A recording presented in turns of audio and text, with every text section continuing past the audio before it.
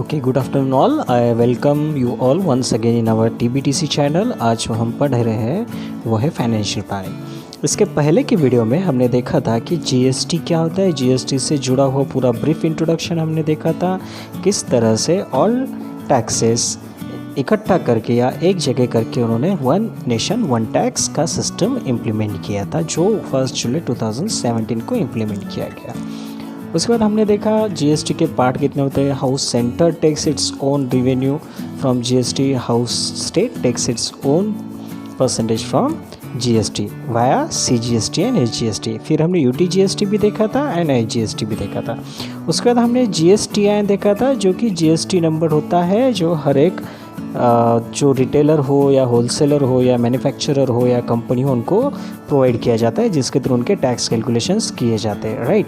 अब आगे चल के हम लोग देखे थे और एंड में हमने देखा था, उसके पहले एक बात बता दूँ, एंड में हमने देखा था HSN code, right, harmonise system nomenclature देखा था, जो कि टैक्स इनवॉइस बनाते वक्त काम में आता है। तो चलते हैं टैक्स इनवॉइस की तरफ, राइट। तो टैक्स इनवॉइस क्या होता है, ध्यान से देखना। एक होता है टैक्स इनवॉइस। अब सबसे इम्पोर्टेंट हम लोग क्या देख रहे हैं, हम लोग टैक्स इनवॉइस देख रहे हैं इन टर्म्स ऑफ GST। अब GST के कितने पार्ट है। GST दो जगह पे अप्लाई होता है। एक होता है आपका GST एप्लीकेबल, जहाँ पे गुड्स के लिए होता है, राइट। एक है गुड्स एंड दूसरा क्या है आपका सर्विसेज। तो इनवॉइस तो बनेंगे, लेकिन गुड्स जहाँ पे इंक्लूड होते हैं वहाँ पे इनवॉइस थोड़ा अलग तरीके से बनेगा, जहाँ सर्विस होता है वहाँ पे अलग बनेगा। जैसे कि मान के चलो आप कोई डीमार्ट शॉप या मॉल से लेते हो तो वहाँ का इनवॉइस अलग रहेगा। आप कोई होटल का बिल लेते हो तो वहाँ का invoice, because hotel include services and malls में आप गुड्स खरीदी करते हो, तो ये दोनों बिल आपके कैसे रहेंगे, डिफरेंट वे में रहेंगे। तो ये कैसे डिफरेंट होते हैं, क्या बिल्स होते हैं, उसके बारे में भी हम लोग देखते हैं। तो कोई भी इनवॉइस जब आप बनाते हो तो इनवॉइस में सबसे पहले आप देखते हो कि सप्लायर कौन है, राइट। तो सबसे पहले नाम क्या आता है, ऊपर आता है आपका सप्लायर। अब what is mean by supplier, कौन होता है ये सप्लायर। सप्लायर यानी जहाँ से आप सामान खरीदते हो, यानी जो आपको सामान बेच रहा है। The person who is selling goods to customer, he is the supplier, right. But ये एक चलो डिटेल में नहीं जाते, यहाँ तक समझते, बाद में आगे हम लोग B2B एंड B2C का देखते कंसेप्ट। फिलहाल हम लोग B2C देखते हैं। B2C क्या होता है, B2C यानी बिजनेस से डायरेक्ट क्लाइंट को, कस्टमर को होता है, राइट। एंड B2B क्या होता है, B2B होता है बिजनेस टू बिजनेस। ये दो चीज़ें समझ लेना। जब बिजनेस से, एक बिजनेस से दूसरे बिजनेस को बिल बनता है, इनवॉइस बनता है, वो होता है आपका B2B टर्मिनोलॉजी। समझ में आ गई। एक मैन्युफैक्चरर से एक एजेंट को बिजनेस बना जो कि होलसेलर है, तो वो B2B हो गया। फॉर एग्जाम्पल पार्ले बिस्किट का हम लोग लेते हैं, राइट। पार्ले बिस्किट मैन्युफैक्चरिंग करती है कंपनी, चलो इसको डिटेल में देखते हैं। अब पार्ले जी कंपनी ने मैन्युफैक्चरर किया, कंपनी ने उसके एक होलसेलर को माल बेचा, राइट। होलसेलर को माल बेचा, होलसेलर ने उसके एक सब डिस्ट्रीब्यूटर को माल बेचा या डिस्ट्रीब्यूटर को माल बेचा, डिस्ट्रीब्यूटर ने एक शॉप ओनर को माल बेचा और शॉप ओनर ने किसको बेचा, शॉप ओनर ने बेचा क्लाइंट को, राइट, कस्टमर को। अब यहाँ पे देखो, ये एक बिजनेस से दूसरे बिजनेस में ट्रांजैक्शन हो गया, तो ये ट्रांजैक्शन क्या हो गया आपका B2B हो गया। कंपनी से होलसेलर का ट्रांजैक्शन भी क्या हो गया आपका B2B हो गया, राइट। होलसेलर से सब डिस्ट्रीब्यूटर या सब डिस्ट्रीब्यूटर का भी क्या हो गया, बिजनेस टू बिजनेस। सब डिस्ट्रीब्यूटर से शॉप वाला, ये भी क्या हो गया, business to business. But shop से कस्टमर का जो हो गया, ये हो गया business to customer, because end user क्या हो गया, क्लाइंट हो गया।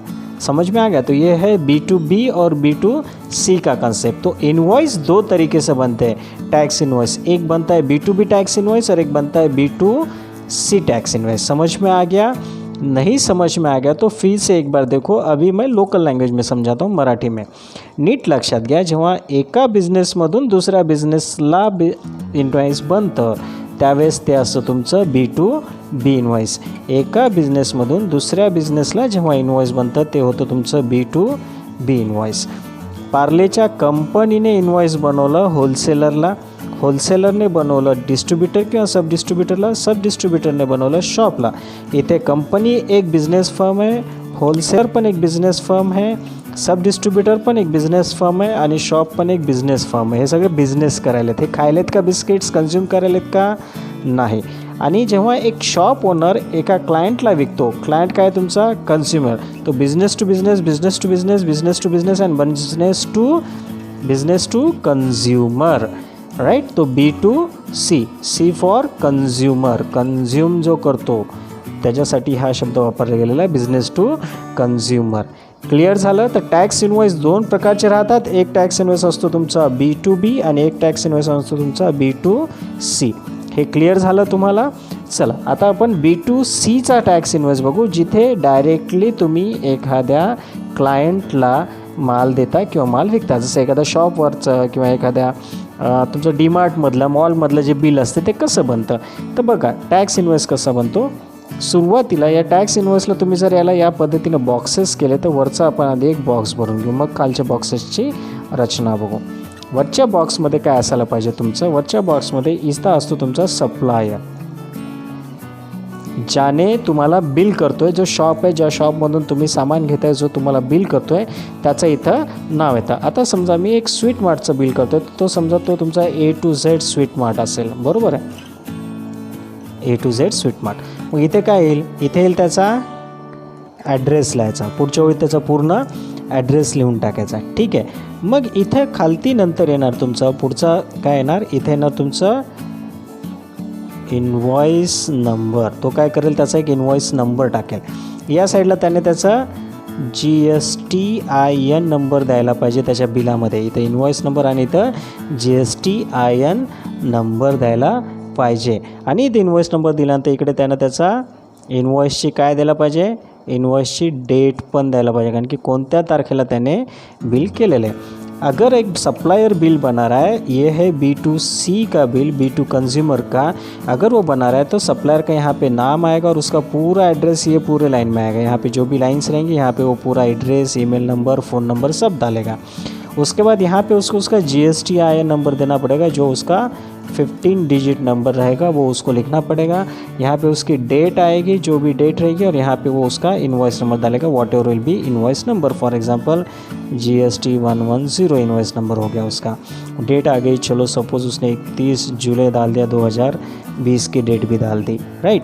और बाकी यहाँ पे वॉट एवर उसका 15 डिजिट एक GSTIN नंबर डालेगा.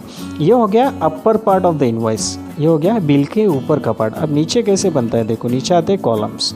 अब नीचे के कॉलम्स में उसके अलग अलग चीज़ें रहती है. जैसे कि सबसे पहले वो लिखेगा सीरियल नंबर. तो भैया कितने चीज़ें दे रहा है, क्या क्या बेचा है, उसका एक सीरियल नंबर बनाएगा वो. उसके बाद क्या रहेगा? उसके बाद आएगा उसका एक HSN कोड. अब ये HSN कोड उनको मिल जाता है. हे जे HSN कोड आहे तो त्यांना मिळेल. मी कालच सांगितलं HSN कोड काय असतं तुमचं? Harmonise system nomenclature. आता त्याच्या पुढे घ्या प्रोडक्ट नेम, राईट. जे काही प्रोडक्ट आहे त्या प्रोडक्टचं नाव टाकेल इथं. त्याच्यानंतर त्याचा जो काही रेट असेल तो रेट अप्लाय करेल इथं. रेट टाकल्यानंतर त्याची क्वांटिटी तो टाकेल तुम्हाला की किती क्वांटिटीमध्ये तुम्ही घेतलं, राईट. मग त्याचा टॅक्सेबल अमाऊंट, हा शब्द नीट लक्षात घ्या. टॅक्सेबल अमाऊंट काय असतो ते, ठीक आहे. त्याच्यावर त्याचं मग तो काय करेल?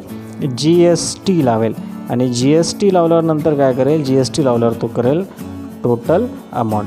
आता या GSTमध्ये तो डायरेक्ट GST लावू शकतो किंवा या GSTमध्ये तो 2 कॉलम करू शकतो. एक कॉलम तो काय करेल? एक कॉलम करेल SGSTचा, एक कॉलम करेल तो CGSTचा, राइट. तो इस तरह से 2 कॉलम भी बना सकता है या एक कॉलम भी रख सकता है. तो अभी देखो ध्यान से समझो. अभी ये हो गया उसके पूरे पार्ट्स. एक टैक्स इनवॉइस के इतने पार्ट्स आते हैं. अब इसमें क्या क्या बनेगा, क्या क्या एंट्रीज होगी वो ध्यान से समझो. फॉर एग्जांपल सीरियल नंबर है 1, क्लियर. सीरियल नंबर बन गया 1. अब उसने क्या लिया? उसने लिए पेड़े. अब पेड़े का HSN कोड क्या है? तो 210690. उसके बाद समझो पेड़े पर केजी का रेट क्या रहेगा? सपोज़ उसका रेट रहेगा ₹400 पर केजी. मैंने यहाँ पर केजी की जगह डिवाइडेड बाय केजी कर दिया, राइट. उसने क्वांटिटी कितनी ले ली? फॉर एग्जांपल उसने 500 ग्राम्स पेड़े ले लिए. कितने लिए? 500 ग्राम, मैंने आधा केजी पेड़े ले लिए, राइट. अब टैक्सेबल अमाउंट कितना हो गया? 500 ग्राम, मैंने टोटल अमाउंट कितना हो गया? 200 रुपीज़ हो गया उसका टैक्सेबल अमाउंट.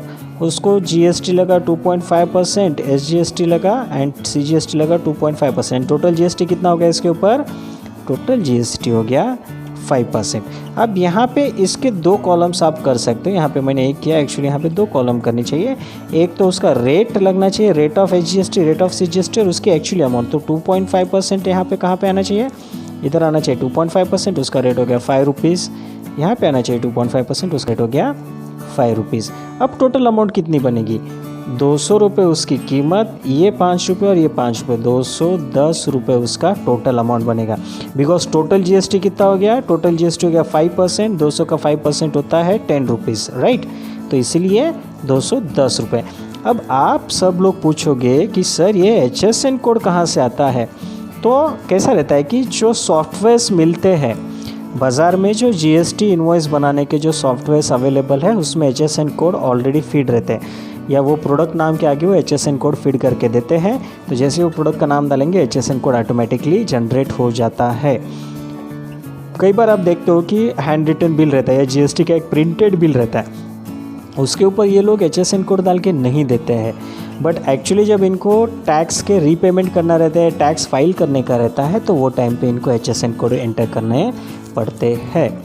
तो वो ऑलरेडी सॉफ्टवेयर में लिस्टेड रहते हैं, इंक्लूडेड रहते हैं। चलो और एक एग्जांपल देते हैं की मान के चलो समजा आता, मी थोडं मराठीत सांगतो हे एक्झाम्पल। समजा आता तुम्ही इथं काय केलं, इथं तुम्ही विकत घेताय चॉकलेट, ठीक है, डेयरी मिल्क का वगैरह। तो ये हो गया आपका प्रोडक्ट नंबर 2, आपने लिए चॉकलेट, राइट, CHOCOLAT, चॉकलेट लिए।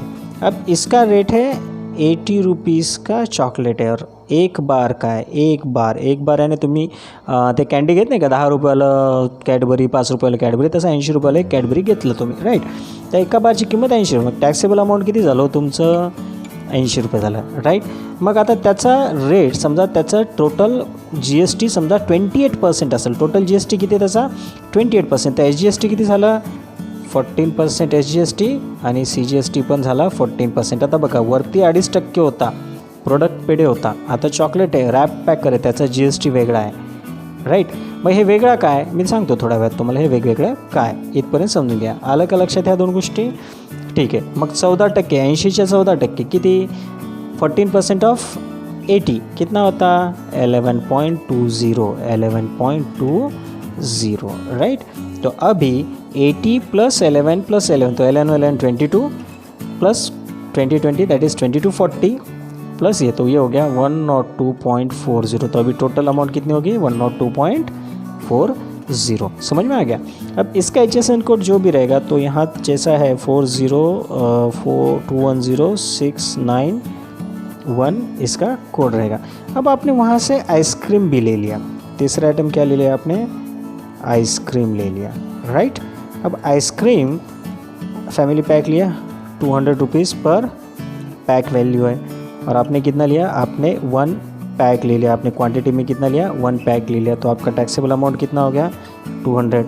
अब ध्यान से देखना, मैं टैक्सेबल अमाउंट की तरफ ध्यान रखने को बोला है आपको, राइट। अब आइसक्रीम के ऊपर GST 18% है, तो ये हो गया 9% और ये हो गया 9%, तो 200 का 9% कितना हो गया 18 रुपये, इधर भी हो गया 18 रुपये, तो 18 दूनी 36 और 200, तो 236 रुपये हो गया आपका टोटल वैल्यू, राइट। अभी टैक्सेबल वैल्यू या टैक्सेबल अमाउंट, ये डेफिनेशन समझ लो। टैक्सेबल यानी जो अमाउंट जिसके ऊपर आप टैक्स लगाने वाले हो, ये जो अमाउंट है जिसके ऊपर आप टैक्स अप्लाई करने वाले हो, टैक्स कौन सा GST आप अप्लाई करने वाले हो, वो टैक्सेबल अमाउंट रहती है। मैं आपको चेंज करके बताता हूँ, एक 4th आइटम ले लेते हैं हम लोग फॉर एग्जाम्पल के लिए। आपने ब्रेड ले ली अभी, राइट, ब्रेड ले लिया, और ब्रेड है ₹35 की, और आपने यहाँ पे टोटल यूनिट्स लिए ब्रेड के, मान के चलो, ओके, इसको कैलकुलेशन इजी करने के लिए मैं इसको 30 करता हूँ, 30 रुपीज़ की ब्रेड है, और आपने 4 पैक ले लिए ब्रेड के। एक पैक की कीमत कितनी है, पर पैक है 30 रुपीज़, और आपने कितने पैक लिए 4 पैक ले लिए, तो अभी वैल्यू कितनी होगी 4 3 12, 120 रुपये हो गया। तो अभी टोटल टैक्सेबल अमाउंट कितना हो गया 120। भले ही एक ब्रेड के पैकेट की अमाउंट 30 रुपये हो, लेकिन टैक्सेबल अमाउंट कितनी होगी 120। अब ब्रेड के ऊपर आपका कोई GST नहीं लगता है, तो GST कितना हो गया 0%, तो यहाँ पे कुछ वैल्यू बनेगी नहीं बनेगी, तो टोटल पेएबल वैल्यू कितनी हो गई 120 रुपये। समझ में आ गया। तो ये जो आप मल्टीप्लाई करते हो पर यूनिट इनटू क्वांटिटी, जो अमाउंट आती है वो अमाउंट होती है आपकी टैक्सेबल वैल्यू। टैक्सेबल जिसके ऊपर टैक्स लग सकता है that is taxable, it is not tax जिसमें ऑलरेडी टैक्स मिला के है, ऐसी नहीं, इट इज़ अ टैक्सेबल। ये ऑलरेडी टैक्स इंक्लूडेड हो गई, ये क्या हो गई, टॅक्स इंक्लूडेड हो गई। दिस इज एक्सक्लुडेड, एक्सक्लुडेड म्हणजे सोडलेली, इन्क्लुडेड म्हणजे टॅक्स मिसळलेली।